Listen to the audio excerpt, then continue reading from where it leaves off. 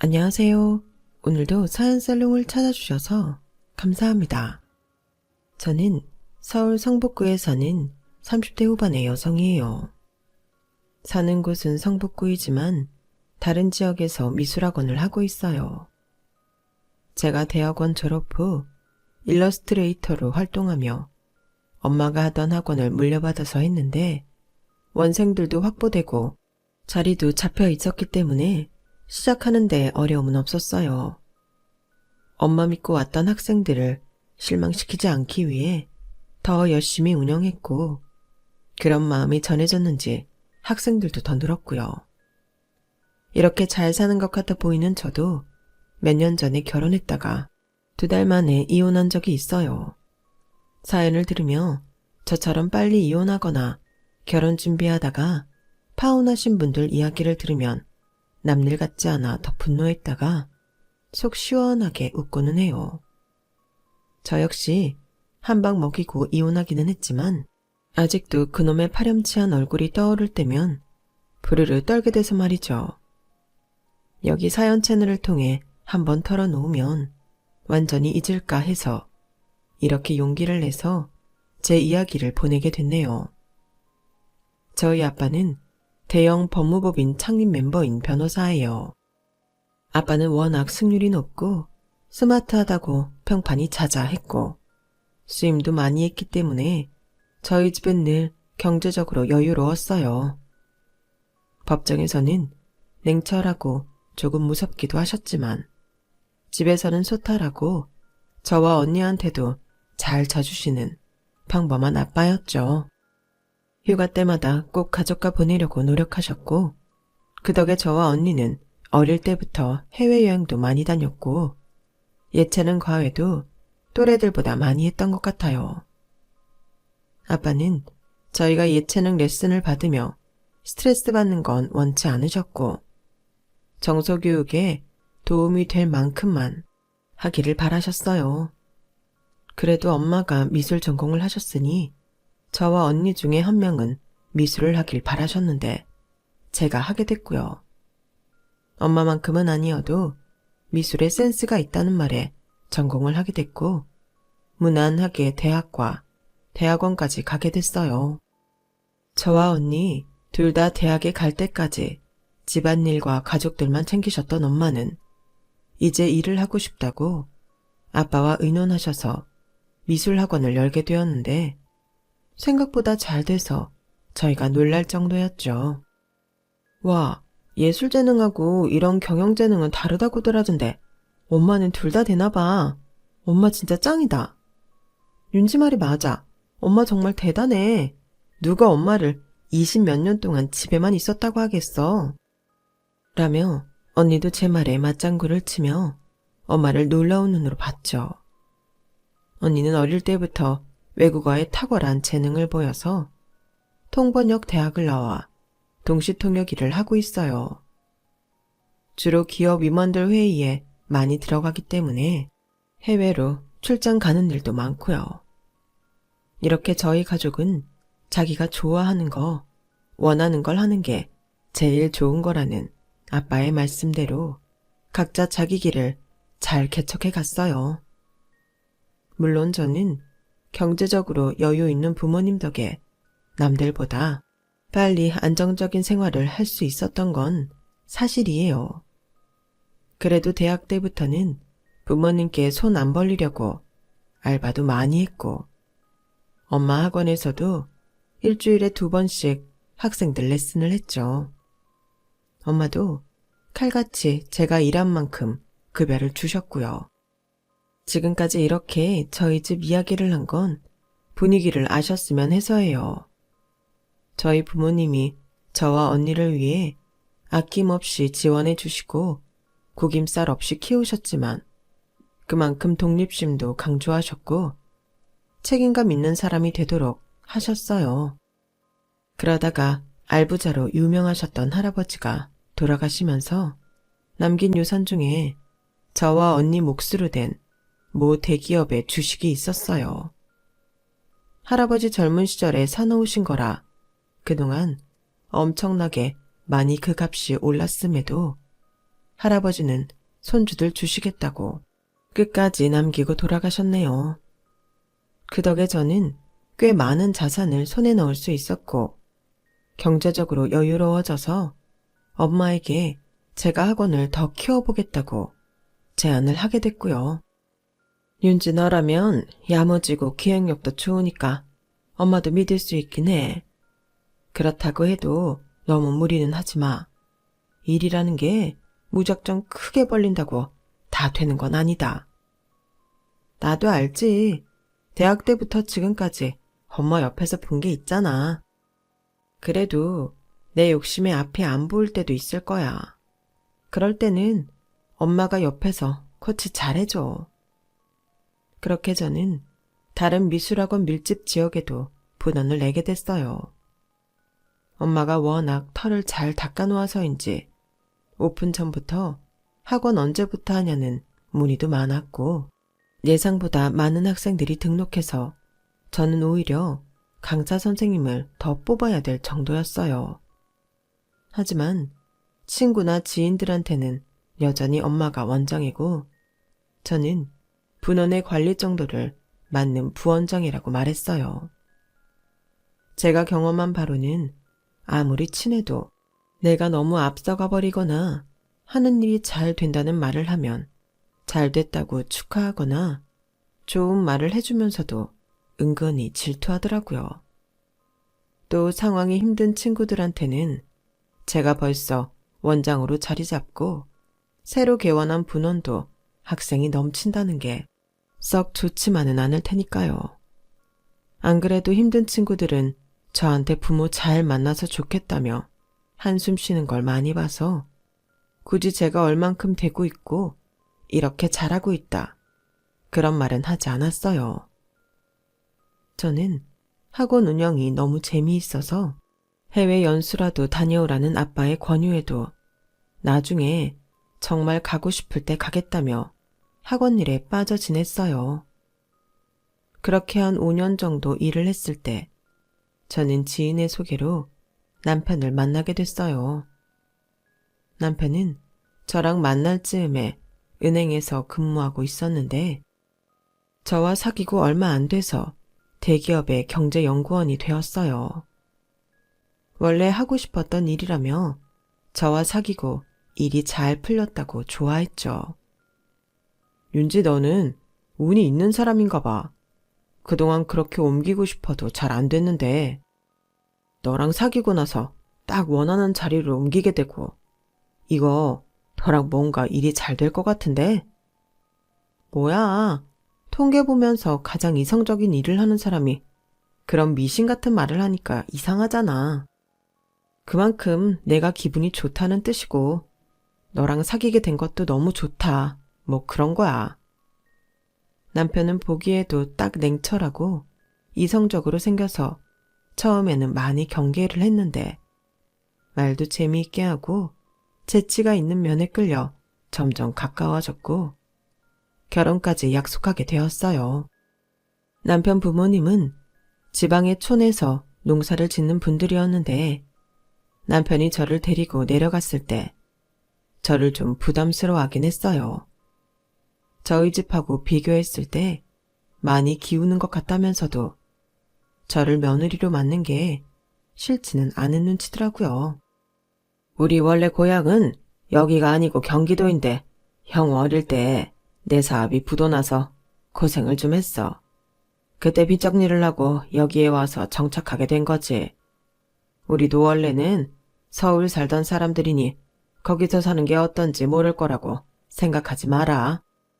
그러니 고달픈 서울 생활 둘이 의지하며 잘 지냈으면 좋겠구나.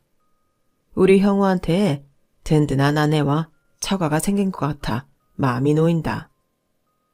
제가 가면 어떻게 아버님 어머님이 뭘 모를 거라고 생각하겠어요. 저랑 오빠 잘 살 테니 예쁘게 지켜봐 주세요. 형우가 어릴 때부터 워낙 똑똑했어. 우리도 농사일 절대 안 시키고 어려워도 형우도 형우 누나도 공부만 시켜서 다 성공하게 만들었거든. 우리야 사는 게 이렇지만 애들은 절대 아가씨한테 뒤떨어지지 않을 거야. 그러니 우리 아들하고 오순도순 잘 살아봐. 네, 어머님. 말씀대로 잘 살게요. 남편 부모님은 제가 혹시라도 남편이나 시댁을 무시할까봐 신경 쓰시는 것 같아 말 한마디도 조심하게 되더라고요. 그래도 사람을 힘들게 할 분들은 아닌 것 같아 안심했어요. 남편은 저를 만나고 나서부터 일이 잘 풀린다는 이야기를 자기 부모님 앞에서 또 했는데 워낙 말재주가 있는 사람이라서 듣는 사람들 다 불편하지 않게 편하게 말을 잘하더라고요. 오빠 말하는 거 보면 은행에서 고객들 상담 정말 잘했을 것 같아. 연구소로 옮겨서 그 재능이 발휘 안 되는 건 좀 아까운데? 거기서도 다 다른 사람들한테 얼마나 설명을 잘하는가가 중요하거든. 내 재능 섞일 일 없으니까 걱정하지 마. 자기 확신도 강했고 어디 가도 절대 손이 보지 않는다기에 그런 자신감은 참 좋은 거지 라고 생각했네요. 남편이 손해보지 않으려 어떻게 하는지 본 적이 없었지만 인생 살면서 그런 강단은 있는 게 나쁘지 않다고 봤고요. 그게 어떤 건지 직접 당하고 나서는 크게 후회했지만요. 아무튼 남편과 사는 건 나쁘지 않을 것 같았어요. 남편이 시부모님에게 경제적 도움을 드려야 한다고 하더라도 제가 버는 게 있고 자산도 있으니 문제될 거 없었어요. 다만 제가 가진 게 생각보다 많다고 하면 남편이 어떻게 나올지 좀 걱정이 돼서 전부 밝히지는 않았고 학원도 분원 관리 정도만 하는 걸로 말했어요. 주변에서 알고 있는 것처럼요. 가끔 듣기로는 여자가 재산이 많은 걸 알고 남편들이 알게 되면 사업한다고 계획 없이 회사를 그만두거나 집에서 놀고 먹으려고 하는 일이 꽤 된다고 해서 좀 신중하고 싶었거든요. 그때까지 본 남편은 자기 일 성실히 잘하고 놀고 먹을 성격은 아닌 것 같았지만 사람은 알 수 없다고들 하길래 제 자산의 전부를 밝히지 않기로 했어요. 그리고 남편의 누나, 그러니까 신우한테 돈 들어갈 일이 있었거든요. 신우는 원래 미디어 쪽 전공을 했는데 다니던 회사를 그만두고 요리를 배우고 싶다면서 프랑스로 유학을 가겠다고 했대요. 시모가 모아놓은 돈은 몇 년간의 유학 비용을 감당하기에는 부족했고 시부모님은 이제 와서 다시 공부하겠다는 딸의 학비를 감당할 수 있는 처지가 아니었기 때문에 결국 남편이 어느 정도 책임져야 할 상황이었어요. 남편 말로는 처음 자기 누나가 요리 공부를 하러 프랑스에 가겠다고 했을 때 가지 말라고 여러 번 설득했는데 안 됐다고 해요. 그리고 가족회의 끝에 남편이 좀 부담해서 가는 걸로 이야기가 됐다고 했어요. 그런 면들이 걱정이 되었는지 저희 부모님은 저한테 굳이 남편과 결혼해야 하냐고 그랬어요. 저는 남편을 겪으며 콩깍지라는 게 정말 있다는 걸 깨달은 게 당시에는 주변의 걱정이며 현실적인 문제들은 눈에 들어오지 않고 오직 그 사람과의 결혼만이 목표가 되더라고요. 저 스스로는 당연히 제가 현실적인 점들을 잘 보고 있다고 그렇게 착각하고 있었고요. 전혀 그렇지 않다는 거. 콩깍지가 벗겨지면 무섭도록 현실이 냉정하게 보인다는 걸 그때 처음 알았네요. 어쨌든 저와 남편은 각자 반반씩 지출을 해서 결혼 준비를 했고 신혼집은 경기도 신도시에 적당한 전셋집을 얻었어요. 결혼 준비의 대부분은 순조롭게 흘러갔지만 상견례장에서 남편 누나의 돌발적인 언행은 저를 긴장하게 만들기도 했어요. 물론 저희 부모님이 잠시 자리를 비운 사이에 한 말이기는 하지만 제가 볼 때는 그것도 충분히 무례했고 그런 자리에서 할 말은 아니라고 생각했거든요. 신우는 이렇게 말했어요. 근데 이렇게 형우가 빨리 결혼할 줄은 몰랐네. 그래도 나 프랑스 가면 돈 붙여줄 거지? 그건 너 결혼 전에 약속한 사항이니까. 올케라고 불러도 되지? 올케, 형우가 나한테 돈 보내주는 것 같고 잔소리하면 안 돼. 솔직히 나 도와주기로 해놓고 이렇게 결혼 저지르는 거 너무 별로야. 나는 얼마든지 반대할 수 있는 거 100번 양보해서 참은 거라고. 아니, 이거는 너무 자기 위주의 생각 아닌가요? 30대 성인이 자기 유학 가서 쓸 돈 보낼 동생이 결혼하면 그 돈 안 보낼까봐 반대하려 했다는 게 너무 이기적으로 느껴졌지만 대놓고 말할 수는 없었죠. 저희의 결혼식은 저희가 만난 지 딱 1년 3개월 됐을 때였어요. 남편은 합리적이고 냉정한 성격의 소유자답게 무조건 비싼 것만 선호하지 않았고 2년 후 저희가 전세 빼고 이사를 갈 때 어떻게 될지를 생각해서 저렴한 걸 사도 되는 물건은 가성비 좋은 걸로 장만해서 정말 실속을 잘 차렸어요. 생활비는 각자 반씩 내고 자기 집에 줄 건 각자 알아서 하기로 이야기를 했고요. 경조사비나 용돈도 마찬가지였어요. 신우의 유학 비용도 남편이 알아서 한다며 저한테는 신경 쓸 필요 전혀 없다고 했어요. 또 한 가지, 남편과 저는 바로 혼인신고를 하지 않기로 했는데요. 이건 저희 부모님이 그랬으면 좋겠다고 하신 건데 그 말을 제가 꺼내기도 전에 남편도 혼인신고를 바로 하지 않았으면 좋겠다는 거였어요. 요즘은 그게 추세라면서요. 내가 윤지 너를 의심하는 거는 절대 아니야. 알지? 근데 우리가 지금은 서로 좋다고 해도 살아보면서 정말 안 맞거나 서로를 도저히 극복 못하는 게 있을 수 있잖아. 다들 그러더라고. 연애할 때는 몰랐던 걸 결혼하고 나서 알게 될 수도 있다는 거야. 우리는 그러지 않을 거라 생각하지만 사람 일 모르는 거잖아. 너한테도 나쁜 건 아니잖아. 각자의 삶을 위해 좀 더 신중하자는 거니까. 어때? 알았어. 뭐 나도 그런 거 생각 안 해본 건 아니니까. 그렇게 하자. 저는 굳이 부모님이 혼인신고 늦게 하라고 했다는 말은 하지 않았어요. 당사자들도 아니고 부모가 그랬다고 하면 이야기가 다르잖아요. 남편은 저와 다르게 기분 나쁠 수도 있고요. 저 역시도 비슷한 생각을 했다는 식으로 말하며 저희 부부는 혼인신고를 결혼 1주년 기념으로 하기로 했죠. 그렇게 신혼생활이 시작됐고 저희는 별 문제 없이 잘 지냈어요. 남편은 바빠서 야근을 할 때도 많았지만 자기 취미생활을 가질 시간만큼은 꼭 확보하는 사람이라 일에만 파묻혀 살지는 않았어요.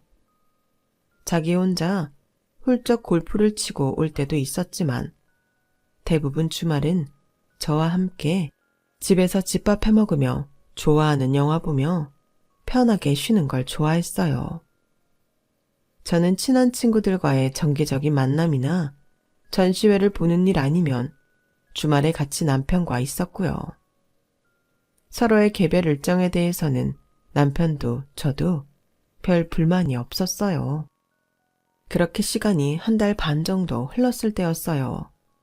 이대로라면 굳이 1년까지 끌지 않아도 혼인신고해도 되지 않을까 하는 생각이 들기 시작했는데 어느 날 남편이 불쑥 이렇게 말했어요. 오늘 저녁 같이 외식할까? 내가 할 말도 있고. 무슨 말인데? 밖에서 저녁 먹으며 할 말이라니 긴장되는데? 아, 대단한 건 아니고 같이 의논하려고 하는 거니까 편하게 밥 먹는 거라고 생각하면 돼. 결혼 후 웬만해서는 외식하자는 말을 안 했던 남편이라 느낌이 별로 좋지 않았는데 그런 예감은 빗나가지 않더군요.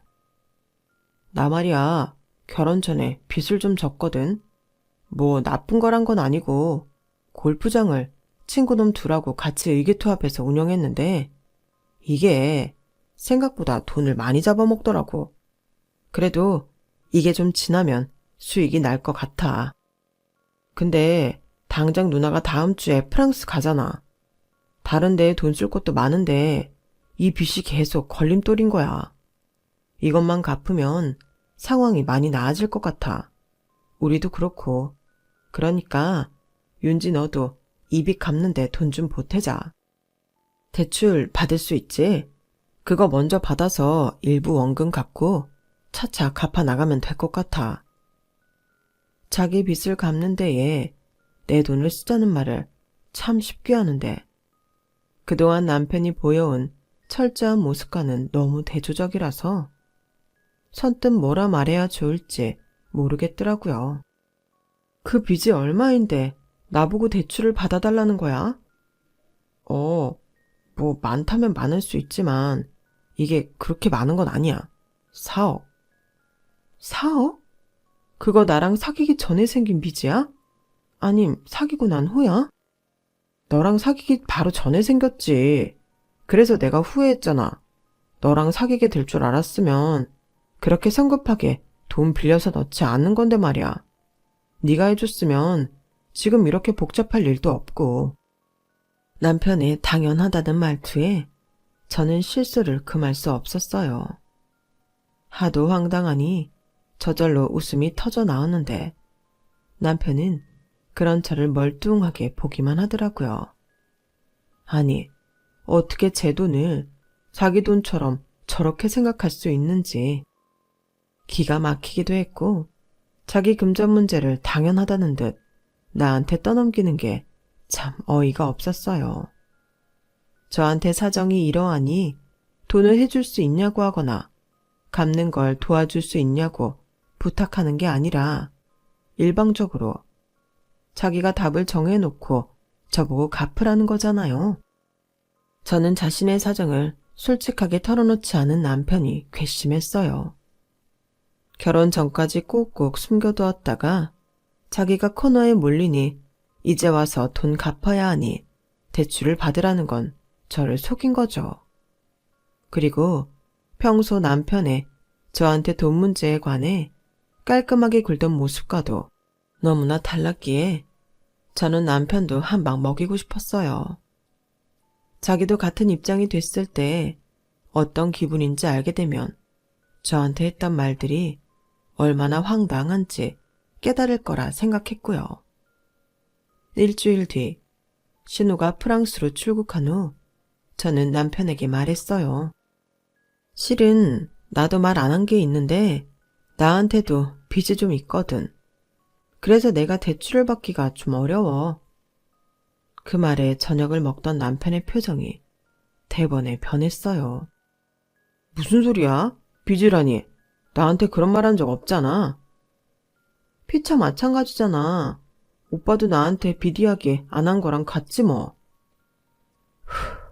그래서 너는 빚이 얼만데? 대출이 안 나올 정도야?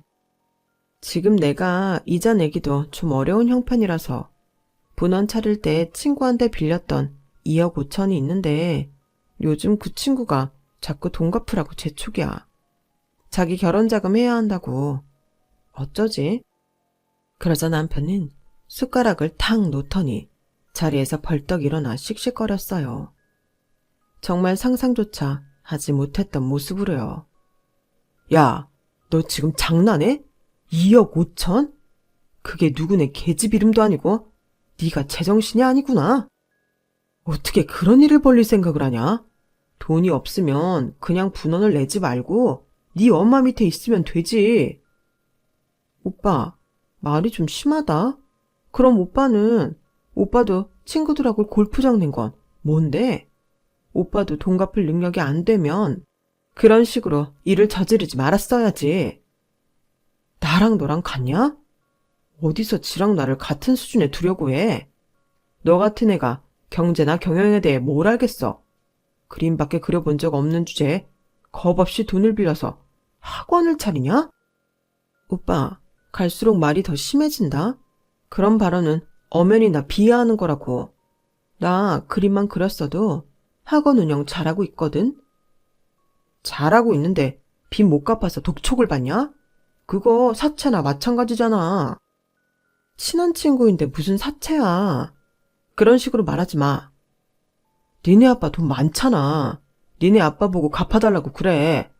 그 많은 돈 다 죽을 때 가져갈 것도 아니잖아. 막내딸 사고친 거 정도는 돈 있는 아빠가 책임져야지. 우리 집 생각보다 돈 많지 않아. 부모님 노후 자금도 빠듯해. 와, 미치겠네 정말. 내가 완전 잘못 걸렸어. 사기당했다고. 남편은 거짓말 안 보태고 거실에서 방방 뛰며 자기 머리를 쥐어 뜯더군요.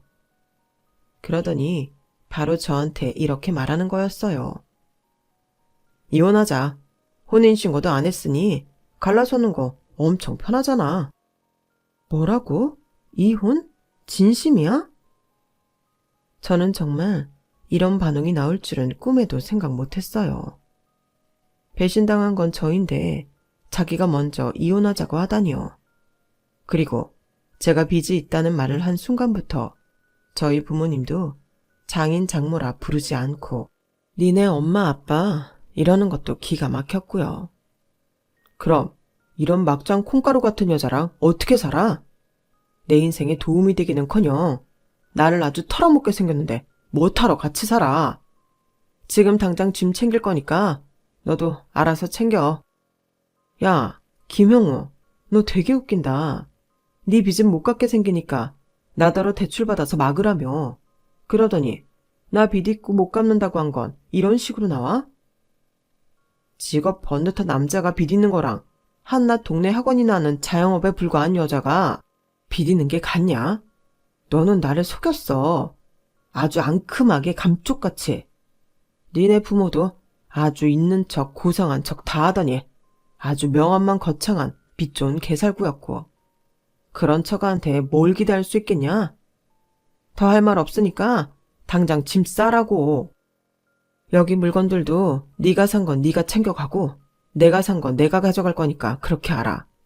나는 내일 새벽부터 일 있으니까 네가 아침에 나가면서 부동산에 집 내놓는다고 하고 집주인한테도 설명 잘해라. 이거 전부 너의 잘못으로 벌어지는 일이니까 내가 결혼식 때 쓴 비용하고 신혼여행 비용 반 부담한 것도 내놔. 내일 저녁까지 내 통장에 돈 입금시켜 놓지 않으면 너랑 니네 집 사기 결혼으로 고소해버릴 테니까 그런 줄 알아. 남편은 그 순간 우리 아빠가 변호사라는 사실도 잊어버린 듯 했지만 저 역시 남편의 이기적이고 졸렬한 모습에 경악하느라 그런 중요한 사실들은 생각할 겨를도 없었어요. 저는 단 한 번도 꿈조차 꿔본 적 없는 남편의 모습에 배신감을 느꼈어요. 그제야 저는 혼인신고 안 한 것과 제 자산을 공개하지 않은 걸 천만다행이라고 생각하며 안도의 한숨을 쉬었어요. 남편은 한시도 저랑 같이 있기 싫다며 자기 바로 쓸 집만 가지고 나가며 트럭을 예약했고 저는 남편 짐이 정리되어 쌓인 거실을 보며 제 짐을 하나도 빠뜨리지 않고 꼼꼼히 챙겨서 아침 일찍 친정으로 보내고 학원으로 출근했어요. 남편이 당장 내놓으라고 저한테 명령한 신혼집도 주인에게 전화를 걸어 양해를 구했고 주인은 놀라면서도 자기가 직접 내놓겠다고 했어요. 부모님은 제 짐이 집으로 도착하자 놀라셔서 저한테 전화를 했어요. 저는 나중에 설명하겠다고 하고 침착하게 학원 일을 끝낸 후 집에 가서 남편이 어떻게 했는지를 다 말했죠. 부모님은 어이가 없어서 입을 다물지 못하셨어요. 윤지 너 혼인신고 안 하길 100번 1000번 잘했다. 아니 어디서 그렇게 되먹지 않은 것이 남의 딸을 홀려서 결혼해서 지 좋을 대로 돈 뜯어먹으려고 했대. 안 그래요 여보? 거참 괘씸하기 짝이 없는 놈이네. 내가 당장 회사에 전화해서 그 자식한테 걸 수 있는 거 다 걸어보라고 이야기해야겠어. 아빠, 그 인간 철저해서 그렇게 걸만한 거 별로 없어. 걸 게 있다면 나더러 돈 갚게 대출 받아달라고 한 건데 별다른 증거가 없으니 그 인간이 잡아떼면 할 말 없고. 허참, 윤진이가 이런 상황에서도 아빠보다 더 냉철하구나. 그래, 그러면 어떻게 했으면 좋겠니? 일단 나 아무것도 생각 안 하고 쉬고 싶어. 지금은 너무 화도 나고 기 막혀서 뭘 어떻게 해야 할지 모르겠고 그저 그 인간 보이면 밟아버리고 싶거든. 그러니까 나 좀 쉴게. 그러고 나면 뭔가 대책이 떠오를 것 같거든. 부모님은 저한테 그러라고 하시며 너무 상심하지 말라고 격려하셨어요. 부모님도 어찌나 화가 나셨는지 새벽까지 잠도 못 주무시고 두 분이서 남편 욕을 하느라 정신이 없으시더라고요. 마침 휴가를 받은 언니가 친구랑 가기로 했던 여행 일정을 취소하고 저를 데리고 프랑스에 가서 여기저기 구경시켜 줬어요. 저는 프랑스에 어릴 때 한번 와보고 처음이라 일 때문에 찾아왔던 언니가 제 가이드를 다 해줬죠. 그렇게 가족들의 케어로 보름 정도 잘 쉬고 나니 차츰 생각도 정리되더라고요. 이대로 끝내는 건 억울해서 뭐라도 해야겠다 싶은데 마침 남편 회사에서 축하 행사가 있는데 아빠한테 초대장이 왔더라고요. 저는 이게 하늘이 주신 기회라고 생각했고 아빠한테 제가 같이 가도 되냐고 물어봤죠. 아빠는 흔쾌히 그러라고 하셨고 저는 그날을 위해 준비를 했어요. 먼저 흔하지 않은 유럽 명품 옷과 가방, 그리고 구두를 주문하고 머리도 강남 비싼 헤어샵에서 다시 했어요. 그리고 그날만 기사를 고용해서 엄마 외제차를 타고 가기로 했어요. 엄마 차가 뽑은 지 얼마 안 된 신형에 정말 비싼 거였거든요. 아빠는 아빠 차로, 저는 엄마 차의 기사 운전으로 행사가 있는 호텔에 도착했는데 제 예상대로 말단에 속하는 남편은 문 앞에까지 나와서 손님들에게 인사를 하는 역할을 하고 있더군요. 남편은 차에서 따로 내리는 아빠와 저를 보더니 꽤나 당황했어요. 게다가 저는 기사가 내려서 제 차 문을 열어주는 걸 보고 눈이 완전 휘둥그레졌고요. 저는 너무 요란하지 않으면서 아주 고급스럽게 쫙 치장을 한 채로 남편에게 눈길도 주지 않고 그 앞을 지나갔어요. 잠시 후 누가 제 팔을 붙잡길래 돌아보니 남편이더라고요.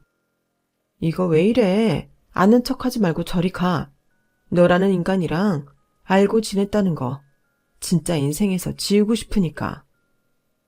우리 부서에 결혼식 온 사람이 얼마나 많은데 알만한 사람은 다 알지. 다는 네가 더 황당하다. 어디서 이런 거 빌려 입고 아빠까지 대동해서 이런 자리를 오냐. 솔직히 니네 집안은 쪽팔린 것도 모르나 보다. 저는 그래서 챙겨온 영수증을 쫙 남편한테 내밀었어요.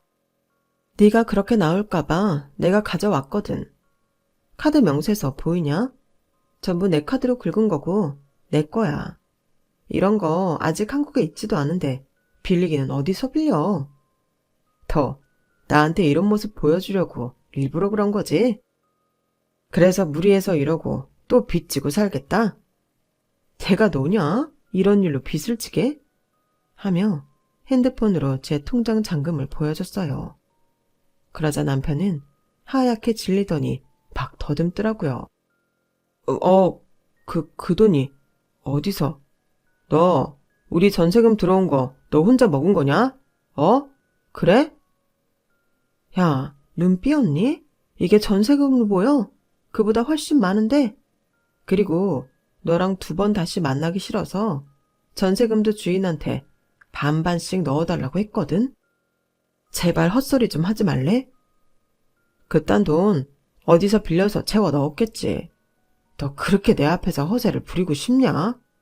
내가 여기 회사 사람 앞에서 니네 아빠랑 너 속 빈 깡통이라고 다 까발려 줄까? 고개도 못 들고 다니게 만들어줘. 그때 아빠가 저희한테 다가와 말씀하셨어요. 지금 그거 나한테도 한 말 맞나? 그래? 고개를 못 들고 다니게 만든다고? 아, 그게 솔직히 제가 윤지 말 믿고 재산 좀 있는 줄 알았는데 그거 아니시잖아요. 지금은 현역에서 일도 안 하시면서 이런데 오시는 것 자체가 저는 허세라고 생각합니다. 그러자 또 다른 목소리가 들려왔어요. 아주 냉정하고 차가운 목소리요. 자네, 그게 서 대표님한테 하는 말 맞나? 그래?